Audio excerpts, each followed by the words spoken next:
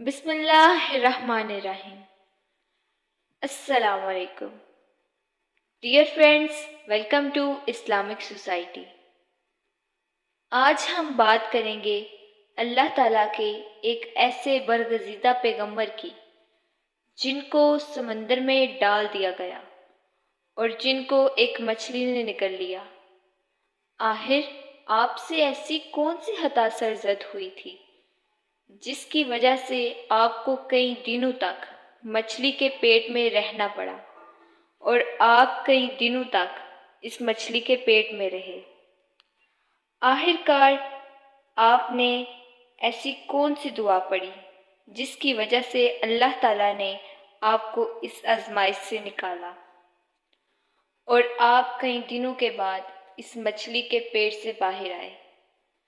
پیارے دوستو، آج کی اس منفرد ویڈیو میں آپ کو حضرت یونس علیہ السلام کے اس عجیب و غریب واقعے کے بارے میں بتاؤں گی اور اس دعا کے بارے میں بھی بتاؤں گی جو حضرت یونس علیہ السلام نے اللہ تعالیٰ کی بارگاہ میں مانگی اور جس کے بعد اللہ تعالیٰ نے حضرت یونس علیہ السلام کو اس آزمائش سے دور کر دیا، اور اس دعا کو جو بھی مصیبت زدہ پڑے گا تو اللہ تعالیٰ اپنے فضل و کرم سے اس کی تمام پریشانیوں کو دور کر دے گا۔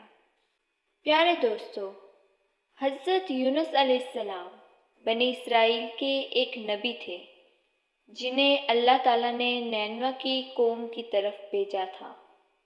یہ قوم بہت گمراہ اور اللہ کی نافرمان قوم تھی۔ حضرت یونس علیہ السلام نے انہیں اللہ کی طرف بلایا اور انہیں گناہوں سے باز رہنے کی تلقین کی۔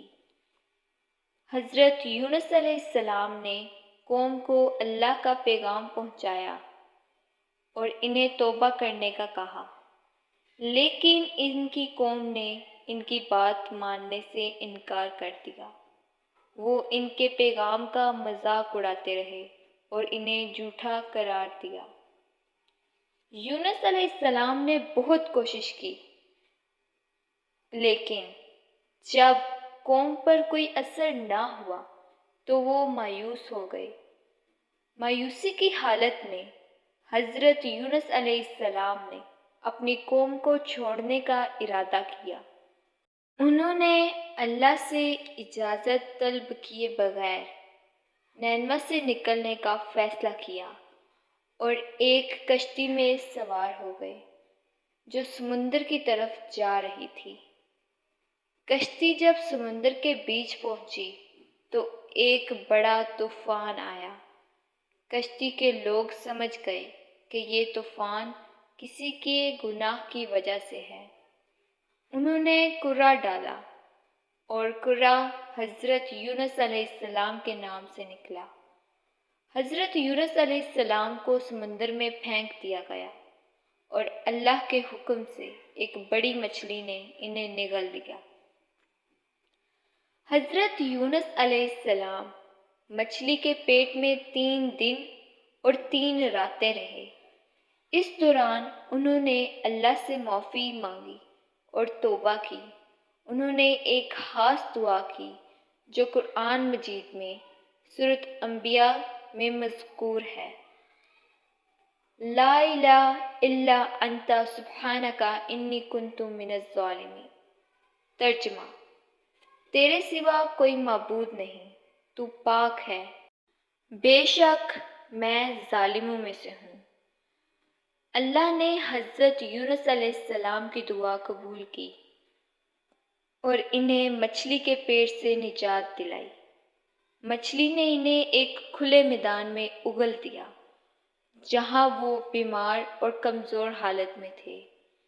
اللہ نے ان کی صحت بحال کی اور انہیں دوبارہ اپنی قوم کی طرف بھیجا۔